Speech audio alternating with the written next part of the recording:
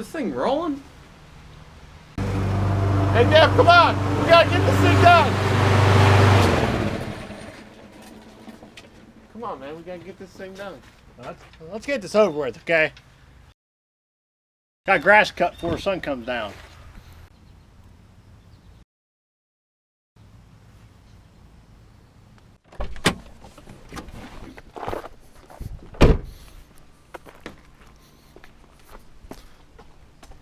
Hey, Adam. What's going on, man? Nothing much, man. Nothing much. We gotta hurry up. This porch ain't gonna paint itself. Wade, Yeah. how would you describe Hunter and Amanda's relationship in one sentence? Well, have you ever seen Peter Pan?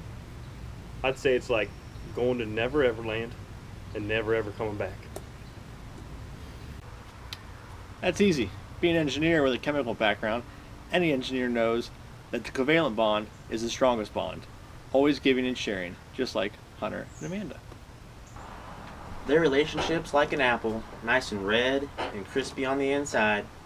I would describe their relationship kind of like Mary and Joseph from the Bible. Joseph always trusting Mary, Mary always trusting Joseph, except for, they probably won't have Jesus as their baby. You know, I think we all know that Hunter's a wild one, but Amanda, she is the only one that knows all of his tricks. Were you surprised when asked to be in the wedding? No, not at all. And to be honest with you, kind of upset I wasn't considered to be the best man. Really thought I had a fair shot at that. Yeah, I was real surprised. We've only been playing league pool for like 13 to 14 years, It started back in elementary school. So I was pretty surprised.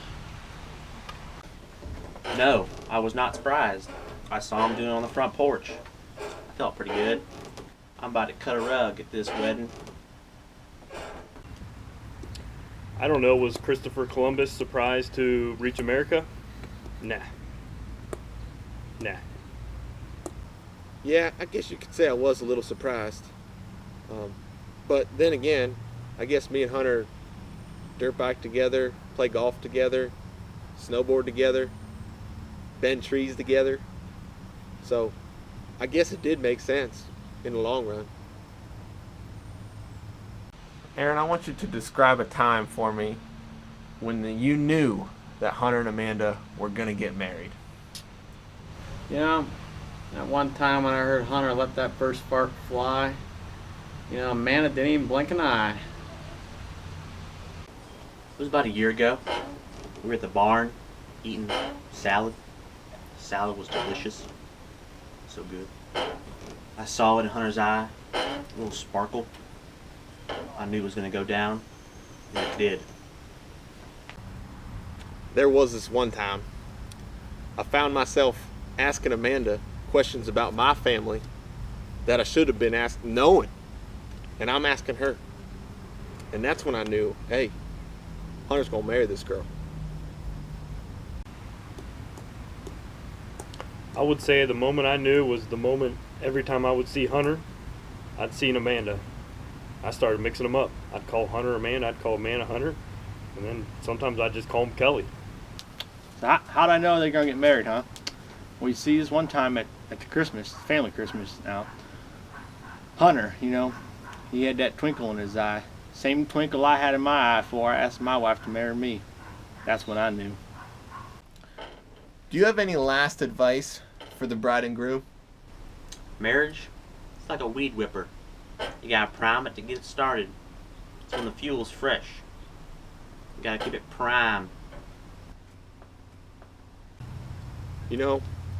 My advice to you is just like a good garden, you got to keep the weeds out of your marriage.